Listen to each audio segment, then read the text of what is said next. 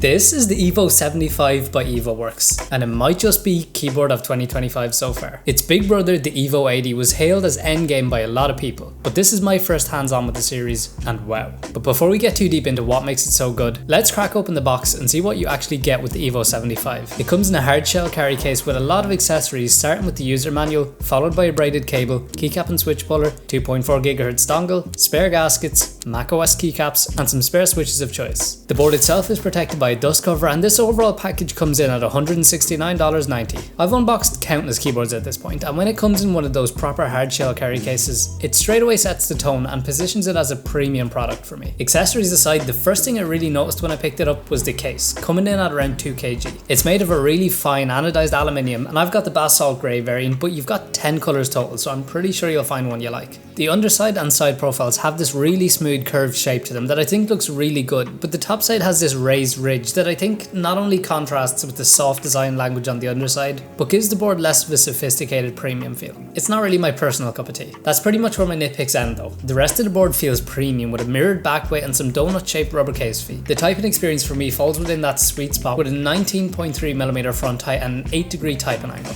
Design is one thing, the features it packs is another. So let's take a look at those. So the Evo75 features a 75% ANSI only layout. It's not exploded, it's got no volume knob, just some of the essential nav keys and this cool looking RGB button. Tri-mode connectivity means you can connect wirelessly via Bluetooth or 2.4 GHz or the wired USB-C port on the back. The more time I've spent in the keyboard hobby, the more I've come to appreciate when the connection mode toggle is placed externally, and this is a nice clean implementation. I can't tell you how many user manuals I've dug through trying to find the right shortcut key or looking under keycaps. In terms of lighting, the Evo75 has full per key RGB backlighting with 3 different accent RGB strips. For the gamers, well, first up, I recommend going Hall Effect if you are a real gamer. Check out my latest Hall Effect review, I'll put it in one of these corners, but it's on the Hex 80, I really recommend that keyboard. But if you do want a one and done keyboard, the Evo75 does feature N-key rollover and a 1000Hz polling rate in both wired and 2.4 GHz mode. Okay, that covers what it can do.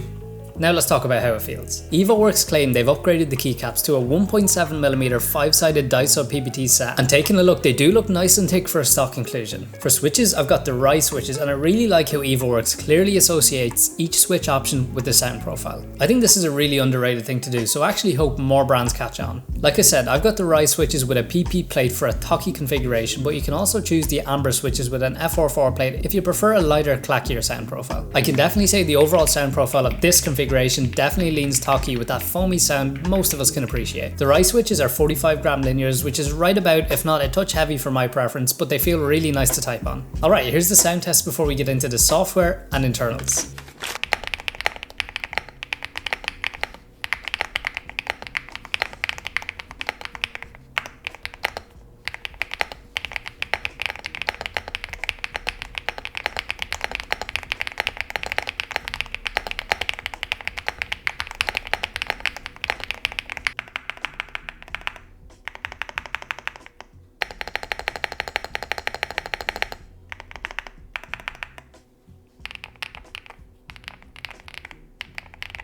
Moving on, the Evo75's customization tool of choice is the popular VIA, so no complaints there. That'll let you tweak the board to your heart's content, but I think we all already know about that stuff. So with the software side of things aside, I was really curious to see what's going on inside the Evo75. Okay, I'm going to quick fire 2 of the most clutch features for easy disassembly: ball catch and magnetic pogo connector. So yeah, the top case snaps off quickly, and if I get the keycaps and switches out, we get to look at the PP plate with plate mounted stabilizers and a lot of flex cutting. The Evo's got a leaf spring gasket mount that does a really good job at cushioning the typing experience. The foams are all standard stuff before we get to the 1.2mm PCB, which is 5-pin hot swappable with south facing sockets and lots more flex cutting. Another 2 layers of case foam, the 4000 mAh battery underneath this section, as well as one final showcase of that magnetic pogo connector makes up the teardown. Alright, so I've poked, prodded and pulled this thing apart. So what do I actually think of it? The Evo75 feels like one of the most complete keyboards of 2025 so far. For me, from the craftsmanship of the aluminium case to the thoughtful internal design and switch plate options, EvoWorks definitely knows what they're doing. The typing experience here is flawless, and again, among the best I've tried this year. For me, this isn't just the first keyboard pick. I think it makes most sense as a second or third board, the kind you buy once you've got a feel for the hobby and want to step into something more refined. That said, if you're brand new and want to skip the budget stages and go straight to the top end, this is the type of keyboard you